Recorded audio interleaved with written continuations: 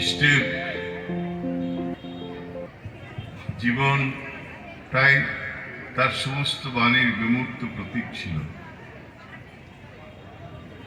আমার তখন বয়স 12 বছর হবে। ঠাকুর ঘরে বসে আছি, একটি ছেলে ব্রহ্মচারিদা ছিলেন, ঠাকুরের একজন প্রকৃত ভক্ত। তিনি জলপাইগুড়িতে অনেকবার এসছেন। আমার বাবাও জলপাইগুড়ি, আলিপুরদুয়ার এসব অঞ্চলে অনেক কাজ করেছেন। আসামে জগজ্যোতি রায় চ্যাটার্জি,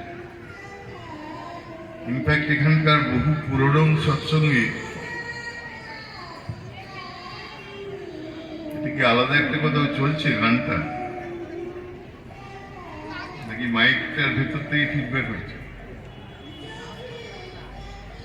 যাই হোক, তো সেই ছেলেটি একটি বাচ্চা ছেলে, ব্রহ্মচারীদার ছোট ছেলে। সম্ভবত সে বর্তমান আচার্যদেবের ক্লাসমেট ছিল তখন বলে, এবং সে তার মায়ের গলব্লাডার অপারেশন হবে। তখনকার দিনে দেওঘরে গলব্লাডার অপারেশন করা যেত না, তাই তাকে কলকাতায় পাঠানো হয়েছে। সেই কয়েকদিন ধরে সমানে কান্নাকাটি করেছে। পাশের বাড়ির মাসিমা তাকে খাওয়াতে পারছে না, স্নান করাতে পারছে না, ওর বাবা, ভাই, দাদারা কেউ পারছে না, দিদিরা। শেষে একজন মাসিমা বলেছিলেন, তুই এক কাজ কর, তোর মায়ের কিচ্ছু হবে না, তুই শুধু ঠাকুরের কাছে গিয়ে ঠাকুরকে বল যে তোর মাকে ভালো করে দিতে। ঠাকুর তখন পার্লারে বসেন, মানে যেখানে মূর্তি আছে, যার সামনে বসে গুরুজনরা প্রার্থনা করেন, আর আমি বসতাম ভোগের পরের ঘটনায়। ঠাকুরজি পূব দিকে মুখ করে বসতেন, বাঁ দিকটায় মানে দক্ষিণ দিকে আমি বসে থাকতাম, রেলিংয়ের ঠিক বাইরে। হঠাৎ দেখলাম ছেলেটি ঝড়ের গতিতে ঢুকে গেল, নিজের পরা খালি গা, সেরকম করে হাত জোর করে ছাপ করে ঝাঁপিয়ে একটা প্রণাম করে উঠেই বলল, ঠাকুর আমার মার খুব বড় অপারেশন, আমি কলকাতায় নিয়ে গেছি, আমার মা মরে যাবে, সবাই বলছে ঠাকুর আপনি আমার মাকে বাঁচাই দেন, আমি খেতে পারি না, ঘুমোতে পারি না, আমার খুব কষ্ট ঠাকুর। আমি যতটা তাড়াতাড়ি বললাম এর থেকে অনেক তাড়াতাড়ি সে কথাটা বলল। ঠাকুর শুনলেন, শুনে তামাক খাচ্ছিলেন, তামাক খাওয়া থামিয়ে বললেন, তুই নাইছিস, তুই খাইছিস, শোন বাড়ি গিয়ে নে, খেয়ে নে, তোর মা দুদিন পরেই ভালো হয়ে বাড়ি আসবে, কিচ্ছু হবে না তোর মায়ের। সেটা ব্যাক ফুটে, মানে আমাদের ছেলেবেলা থেকেই শেখানো হতো, ঠাকুরের দিয়ে কখনো পিছন ফিরে কোথাও যাবি না, ন্যাচারালি আমরা ব্যাক ফুটে এইভাবে যেতাম। ঠাকুর যখন আর দেখা যেত না তখন ঘুরতাম। সেই ছেলেটিও তাই করেছে। আমি যেখানটায় বসে আছি সেখান থেকে জানলা দিয়ে তাকালে মেন গেটটা তখন দেখা যেত। দেখলাম ওখান থেকে বেরিয়ে যেই ঠাকুর আড়াল হয়েছে, খালি গা, রোদের দিন, ওর বাড়ি প্রায় 800 গজ, তো গজ না হলেও 800 মিটার হবে, যেমন 800 গজ হবে। তো ওখান থেকে চিৎকার করতে শুরু করলো, ঠাকুর বল দিয়েছেন মার কিছু হবে না, ঠাকুর বল দিয়েছেন মার কিছু, চেঁচাতে চেঁচাতে যাচ্ছে, এবং ওই সমান স্পিডে চেঁচাতে চেঁচাতে বাড়ি গেছে। দিয়ে দিদিকে বলে যে স্নান করিয়ে দে, খাইয়ে দে, ঠাকুর স্নান খেতে বলছেন, মায়ের কিছু হবে না, মা ভালো। আর কেউ কোনোদিন তাকে কাঁদতে দেখেনি। একটি ঘটনাটা প্রফুল্ল দাদু, মানে আলোচনা প্রসঙ্গে সংকলয়িতা যিনি, কখনো জেঠু কখনো দাদু, যখন যেন সুবিধা হতো বলতো। তো উনি বলছেন একদিন ঠাকুর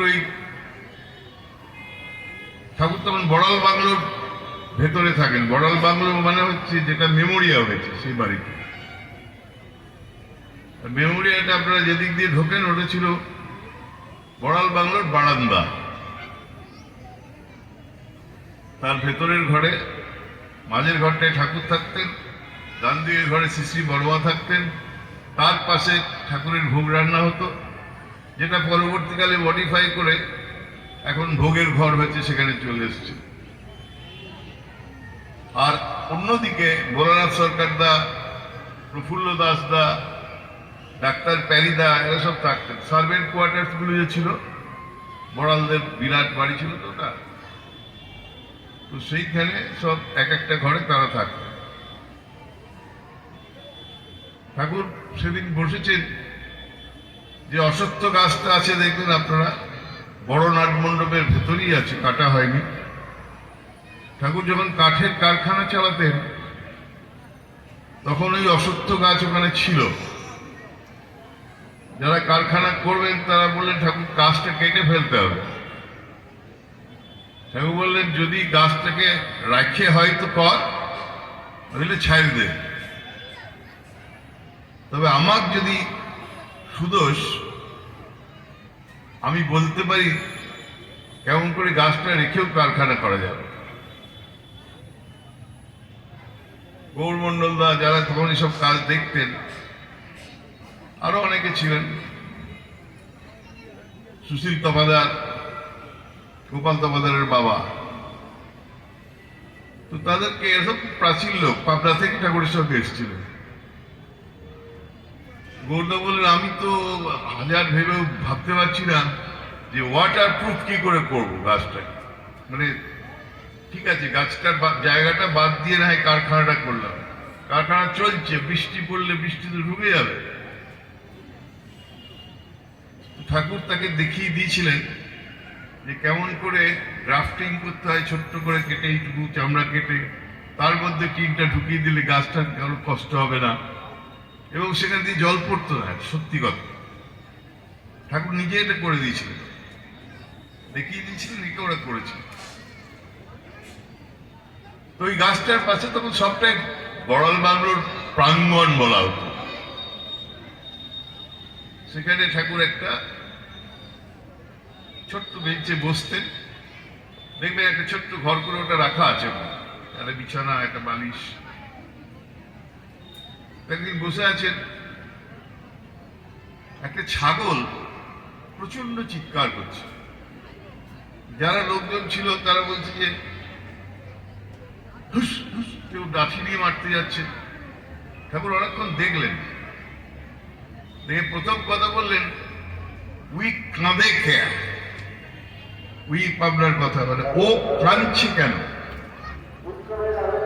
তখন ওরা বুঝলো যে ছাগলটা কাঁদছে।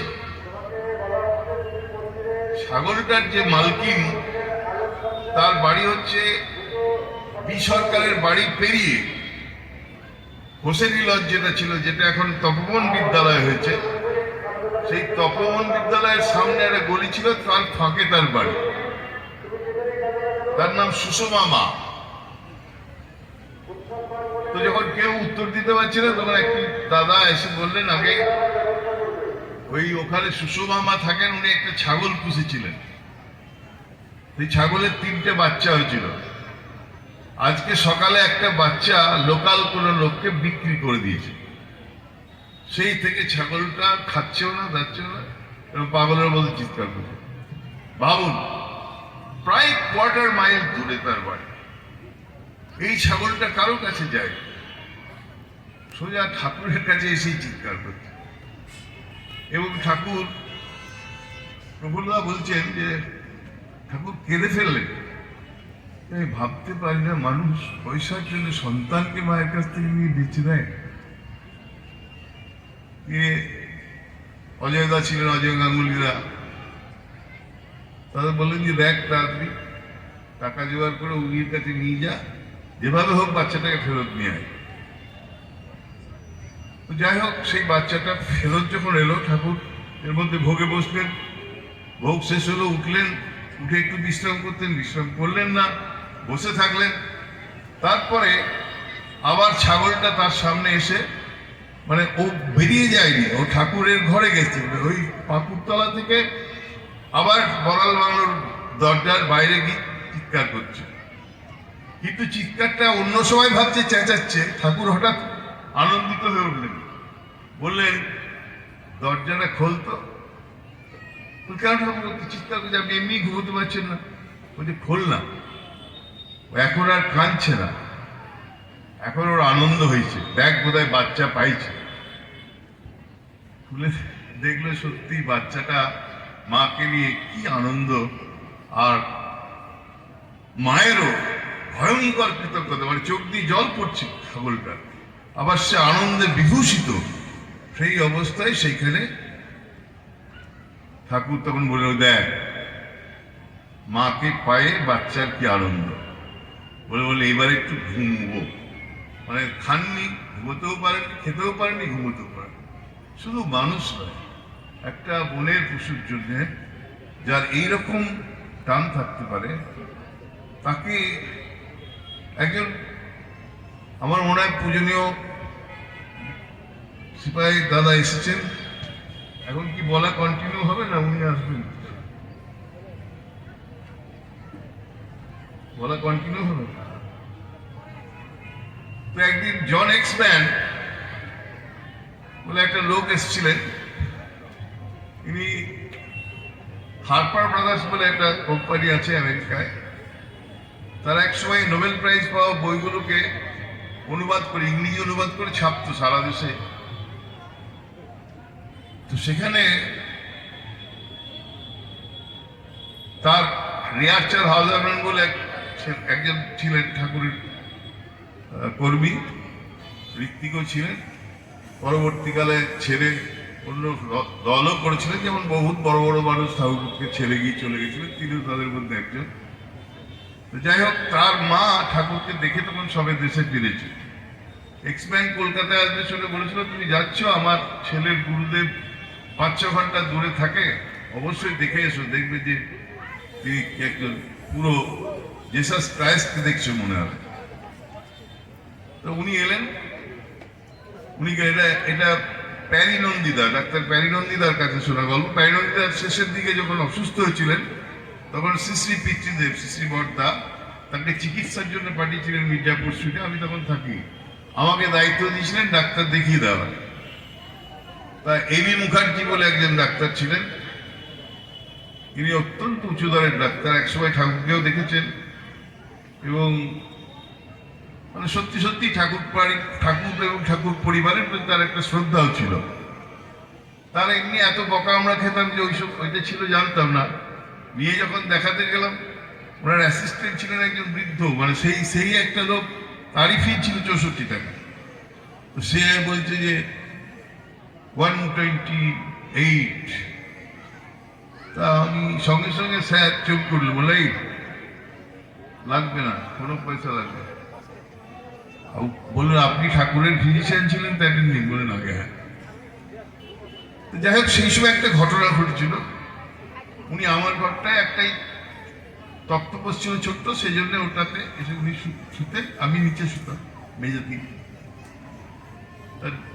ডক্টর মুখার্জি বলেছিলেন যে দেখবে শ্বাসকষ্ট যাতে না হয় সেজন্য কিছু ওষুধও দিয়েছিল।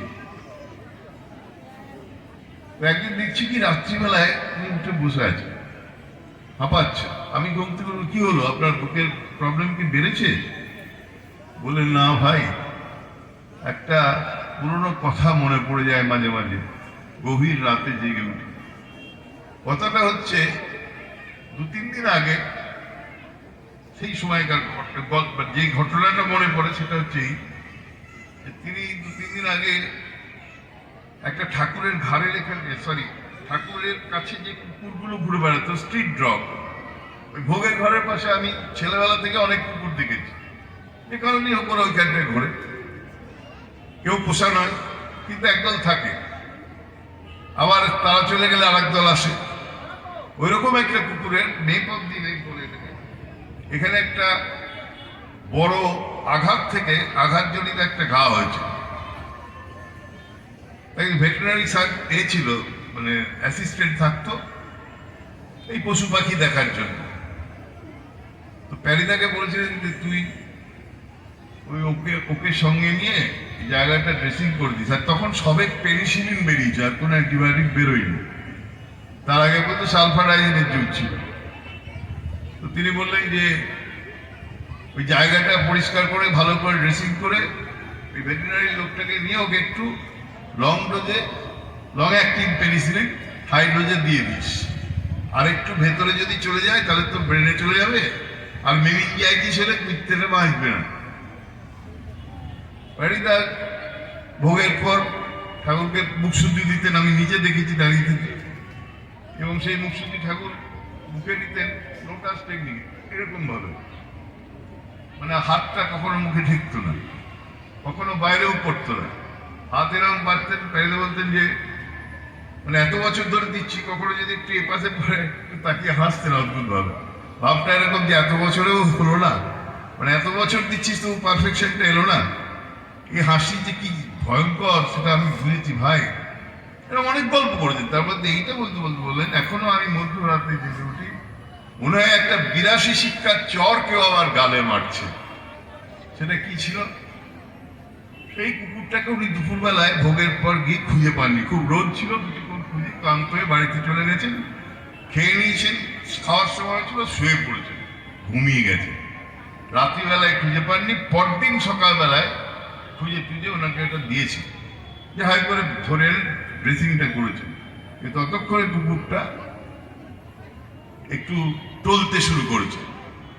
ঠাকুর দিয়ে বলুন প্যারিদ ডাক্তার, প্যারিদা বলুন তুই ওকে ড্রেসিং করিস নি কালকে? তো প্যারিদা যা যা ঘটেছে, যা যা আমি বললাম সেগুলো বললেন। ঠাকুর গম্ভীর হয়ে একটু স্বগতোক্তির মতো নিজের মধ্যে দু একটা কথা বলে প্যারিদাকে শুধু বলেছিলেন যে তুই ঘুমিয়ে পড়লি, তুই ভুলে গেলি মানে কি? সেই আগের দিন জন এক্সম্যান ওদের সঙ্গে কথা বলেছে যে পরদিন সকালে যাবে ঠাকুরের কাছে, তার অনেক ভালোবাসা নিয়ে প্রশ্ন আছে হানতে। তো এইবার ঠাকুর এই যে এটা বলেছিলেন, পরদিন যখন জন এক্সম্যান এসেছে, ঠাকুরকে গেলেন, প্রণাম করলেন, তাকে বসতে দেওয়া হলো, চেয়ারে বসলেন, কিছুক্ষণ দর্শন করলেন, করে চলে গেলেন। আমাদের যারা বিদগ্ধ পণ্ডিত তারা সঙ্গে সঙ্গে গিয়ে বলেন ওই আপনার অনেক কোশ্চেন ছিল ভালোবাসা নিয়ে, কিছু করলেন না তো। পুরো আসুন বলছি, যেখানে রেখেছিলেন তিনি সেখানে গিয়ে বললেন যে আমি তো অবাক হয়ে যাচ্ছি যে তিনি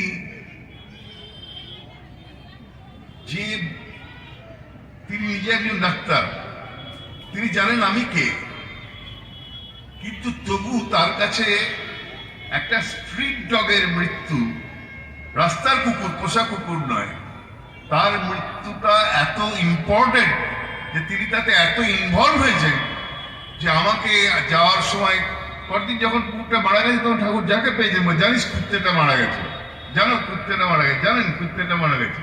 উনি যেতেও বললেন জানেন কুত্তেটা মারা গেছে, একজন তাকে বলে দিল।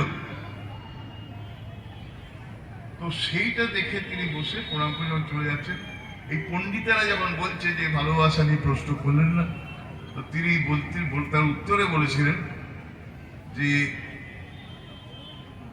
একটা স্ট্রিট ডগের জন্য তার যে লেখা আমি পড়েছি মেসেজে, যে পাণ্ডিত্য, মানে এরকম একজন মহান পণ্ডিত ব্যক্তি তিনি এতটা ইনভলভ হতে পারেন যে আমি কে তা তিনি জেনেও, বা পৃথিবীতে এত কিছু ঘটনা আছে সবকিছু ভুলে শুধু কুকুরটার কথাই সারাদিন ধরে বলতে পারেন। তাকে আমি ভালোবাসার মোলটেন হিমালয় মনে করি। তাই ভালোবাসা নিয়ে প্রশ্ন করার দুঃসাহস আমি দেখাইনি। তিনি ভালোবাসার জীবন্ত বিগ্রহ। আর একটা কথা বলি আমি, কারণ তিনি এসে গেছেন, সেটা হচ্ছে এই যে এক পুত্রহারা পিতা এসে আমরা তখন দোবে পাড়ায় থাকি, উপেন্দ্রের বাড়িতে, খোলার ঘর, তো সেখানে তিনি উঠেছেন, ইয়াং ছেলে মারা গেছে, তার অনেক প্রশ্ন, তার স্ত্রীও আছেন। তো বাবা অনেক কথা শুনে বললেন যে আপনি কাল ঠাকুরকে নিবেদন করুন। নিবেদন করতে আপনাকে হবে না, আপনি গিয়ে দাঁড়িয়ে থাকবেন জানলার কাছে, যেমন সবাই দর্শন করে আপনিও দর্শন করুন, এইটুকু আপনি আমার অনুরোধ রাখুন। তিনি গেছেন, আমার বয়স তখন 14-14 হবে, আরো 2 বছর পরের ঘটনা। তো আমি গেছি সঙ্গে এই জন্য যে লোকটা যদি আবার অজ্ঞান হয়ে পড়ে যায়, কিছু হয়, কিছু করতে পারে, তবু একটা বিশ্বাস দিয়ে গেছি যে ওকে হেল্প করতে হবে। ও দাঁড়িয়ে আছে, আমিও দাঁড়িয়ে আছি পাশে। ঠাকুর অনেকের সঙ্গে কথা বলছেন, হঠাৎ ওর দিকে তাকিয়ে বললেন, কখন আসবে, কেমন আছিস? বিশ্বাস করুন, সেই সময় ঠাকুরের একটা চোখে আমি এক ভয়ঙ্কর বেদনার চাহনি দেখেছি, আর একটা চোখে দেখেছি এক অসীম বড়া ভয়। ভয় নেই, আমি আছি তোর জন্য। এবং এই লোকটা যে কাল সারা রাত, আগের দিন রাতের বেলায় সারা রাত কেঁদে, মানে আমি পর্যন্ত সারা রাত ঘুমোতে পারিনি 14 বছর বয়সে, সেই লোকটা স্পন্টেনিয়াসলি বলল, ঠাকুর আমি ভালো আছি। স্পন্টেনিয়াসলি ভালো আছি। প্রণাম করে চলে যাচ্ছে, আমি কিছু কিছু গিয়ে বললাম, কাকু তুমি তো বললে না সব কত রকম যন্ত্রণা ছিল? বললে ভালো আছি। বলে শোনো বাবা, যে মুহূর্তে ঠাকুর আমার দিকে চেয়ে বললেন কখন এলি, কেমন আছিস, সেই মুহূর্তে আমার মনে হলো আমার ভেতরের যে অগ্নিকুণ্ডটা জ্বলছিল বুকের মধ্যে, যেন হিমালয়ের সেই জাহ্নবী যমুনার বিগলিত করুণার ধারা আমার বুকটাকে পুরো ভাসিয়ে নিয়ে চলে গেছে। সেই শীতলতায় আমি স্পন্টেনিয়াসলি বলেছি যে আমি ভালো আছি। আমি কি করে বলবো আমি ভালো নেই? আমি নতুন মানুষ হয়ে গেছি। সত্যি সত্যি তিনি নতুন মানুষ হয়েছে পরবর্তীকালে। এই ঠাকুরকে নিয়ে আমরা কি করব না করবো অনেক কিছু ভাবি। আমার মনে হয় যে কোনো একটা বাণীকে আপনি যদি জীবনে সার্থক করে তুলতে পারেন, তাহলেই দেখবেন যে ঠাকুরকে আপনি সত্যিকারে তার দাসানুদাস হওয়ার যে কথা বলেছেন রামকৃষ্ণ ঠাকুর। একবার আরতি করতে ঢুকছেন, তো তখন ওই রবীন্দ্রনাথের বাবা ব্রহ্মানন্দ, কেশব সেন, এরা সবাই নাটমণ্ডপের শেষ মাথায় বসে বসে, তখন সবাই ব্রাহ্ম হয়েছেন ওরা। তো ব্রাহ্ম হয়ে ওদের একটা মন্ত্র ছিল, সোহং, মানে আমি সেই, ব্রহ্মাস্মি, আমি ব্রহ্মা, এটা ওদের মূল বক্তব্য। তো সোহং সোহং করছে, ঠাকুর যাচ্ছিলেন আরতি দিতে, রামকৃষ্ণ ঠাকুর হঠাৎ একটু থমকে দাঁড়ালেন, দাঁড়িয়ে ওদের দিকে তাকিয়ে একটু হেসে বললেন, হৃদে একটা দা লাগা। ভাগ্নের হৃদয় সে একটু এ টাইপের ছিল আর কি, মুচকা টাইপের মানুষ যাকে বলে। সে বলেই উনি তো ঢুকে পড়েছেন আরতি করতে। বেরোচ্ছেন যখন 40 মিনিট পরে, ইনভলভ হয়ে গেলে অনেকক্ষণ ধরে করতেন। তখন দেখছেন কি ভাগ্নের হৃদয় একটা এত বড় রামদানি এসে দাঁড়িয়ে আছে দরজার পাশে। তো বললেন, এইটা কি রে, ভুলে গেছেন সব? বললে, মামা তুমি ঢোকার সময় বললে একটা দা লাগা, কিন্তু কোথায় লাগাবো তা তো বলেনি মামা, তাই নিয়ে দাঁড়িয়ে আছি, তা কোথায় লাগাবো মামা? তখন হেসে বললেন, এই দা নয় রে, ওই যে পণ্ডিত গুলো চেঁচাচ্ছে সোহং সোহং, ওদের বল আগে একটা দা লাগিয়ে বলতে, দাসহং দাসহং দাসহং। মাঝে মাঝে অনেক সময় ডেকে শ্রী পিতৃদেব, শ্রী বরদা আমাদের 2-1জনকে বলতেন, বা একান্তে রাত্রিবেলায় যখন 10টার পরে কখন একান্ত হয়েছি, অনেক অনেক বাড়ি এরকম ঘটনা ঘটেছে। একটা কথা বলতেন খুব ভালো করে, যে দেখ আমি সারা জীবন তার বিশ্বাসী কুকুর হওয়ার চেষ্টা করেছি, কতটা পেরেছি আমি জানি না, তোরা কিন্তু চেষ্টা করবি সারা জীবন তার দাসানুদাস হয়ে থাকতে। আর আমি বলছি তাদের সবার জীবনে এই দাসানুদাস ভাব শতই বিরাজ করে প্রত্যেকের মধ্যে। ঠাকুর বলছেন, আমাকে ভালোবাসতে, আমার বাড়ির কুকুরটাকে যদি ভালো না বাসতে পারো, তাহলে সেই ভালোবাসার মধ্যে খাঁকতে আছে তোমার। তাহলে সেই তাদের প্রত্যেকের ভেতর থেকে এই বিভা সবসময় বেরোতে থাকে। ধরে নেওয়ার শক্তি যার যেমন সে সেরকম করে ধরে নেয়। সেইখানে দাঁড়িয়ে এই দাসানুদাসের ভাবটা যখনই আপনার ভেতর থেকে চলে যাবে, তখনই আপনি জানবেন যে আপনার শেষের শুরু। আমাকে তো বেশি সময় দেওয়া হলো, আমাকে তো বসার জায়গা ঠিক মতো দেওয়া হলো না, আমি খেলাম কি এলাম, এত দূর থেকে ডেকে আনলো, একবারও জিজ্ঞেস করলো না। এইসব প্রশ্ন মাথার বুকের মধ্যে উঁকি দিতেই পারে মানুষ আপনি, কিন্তু এদের কাউকে পাত্তা দিলে আপনি ওদেরই দাস হয়ে যাবেন, আর প্রভুর দাস হওয়ার সুযোগ পাবেন। আমি আপনাদের সবার মঙ্গল পরম পিতার আতুল চরণে প্রার্থনা করি। আর একটা বাণী বলে আমি শেষ করব, যেখানে ঠাকুর বলছেন ইষ্ট বা ইপ্সিতে সর্বতভাবে ইষ্ট বা ইপ্সিতকে ভালোবাসা।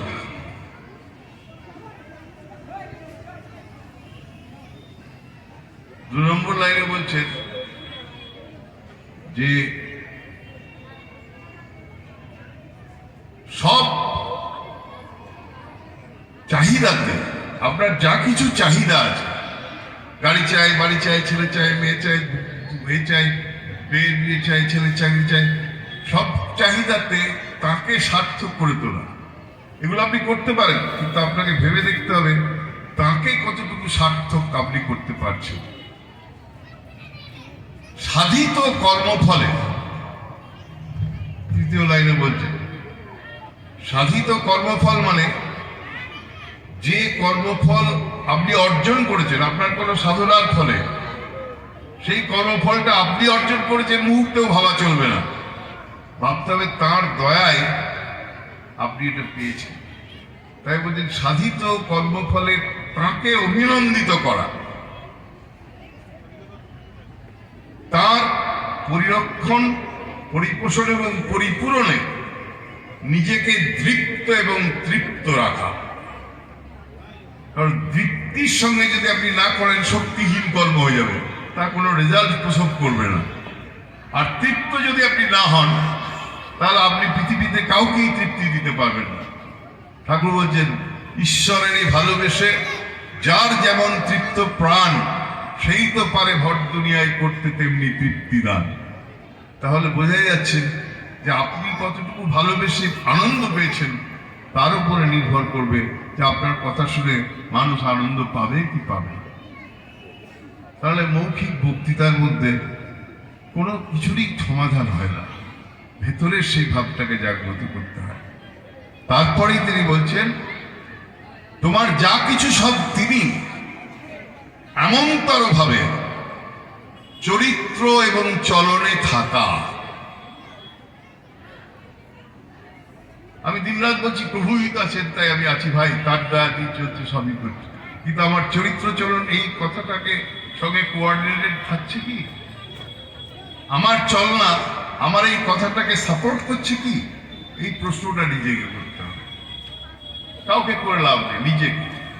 আর সব সময় ভাবতে হবে যে আমি এটা ভাবছি না তো যে আমি একজন এত বড় লোক, আমি একজন এত পপুলার লোক, আমার এখানে আমি একজন স্পিয়ার, আমি এখানে বসে থাকবো, সব মানুষ শতরঞ্চিতে বসেছে, আমিও শতরঞ্চিতে বসবো, মুড়ি মুরকি এক। আমাকে একজন ঋত্বিক বলেছিলেন একবার যে আপনি বলছেন মুড়ি মুরকি এক, বলে আপনি বসায় মুরকি ওইখানটায় বসুন, গিয়ে আসলে আমি মুড়ি আমি নিচেই বসবো। তো জিনিসটা হচ্ছে এই মুড়ি মুরকির মতো যারা ভাবে নিজেদেরকে যে we belong to some upper class, এই ভাবনাটা যেদিন শুরু হলো সেদিনই আপনার শেষেরও শুরু হলো। এ ব্যাপারে কোনো সন্দেহের অবকাশ নেই। তারপরেই তিনি কি বলছেন যে তোমার যা কিছু সব তিনি এমনতর ভাবে চরিত্র চলনে থাকা, এবং শেষে বলছেন এক কথায় তোমার প্রাপ্যও তিনি, প্রাপ্তিও তিনি। তোমার সব সংশ্লেষ ও বিশ্লেষের পরম পরিণতি যখন ওই হয়ে দাঁড়ায়, তোমার ব্রহ্মী প্রজ্ঞার মূর্ত প্রতিক্ষণ সেই বাসুদেব। মানে কি? একদিন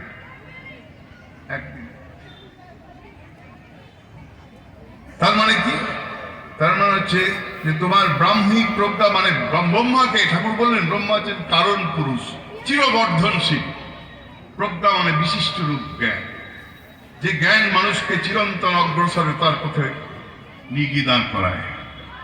সেই প্রজ্ঞার মূর্ত প্রতিক্ষণ বললেন সেই বাসুদেব, বসুদেব পুত্র বাসুদেব শ্রীকৃষ্ণের কথা বললেন। আমি বলি আমরা যদি কখনো এমন জিনিস অর্জন করতে পারি, তাহলে আমাদের ব্রাহ্মী প্রজ্ঞার মূর্ত প্রতীক হবেন তখন শ্রী শ্রী ঠাকুর অনুকূলচন্দ্র। আর ওইখানে কিন্তু বলেছেন, এই লাইনে একটা কথা বলতে ভুলে গেছি, যে এক কথায় প্রাপ্য তিনি, প্রাপ্যও তিনি, বলছেন যে এই হচ্ছে কিন্তু তোমার পরম ধর্ম। অর্থাৎ আমরা যদি ঠাকুরের পথে পরম ধার্মিক হতে চাই, তাহলে এই একটা বাণীকে জীবনে বাস্তবায়িত করতে।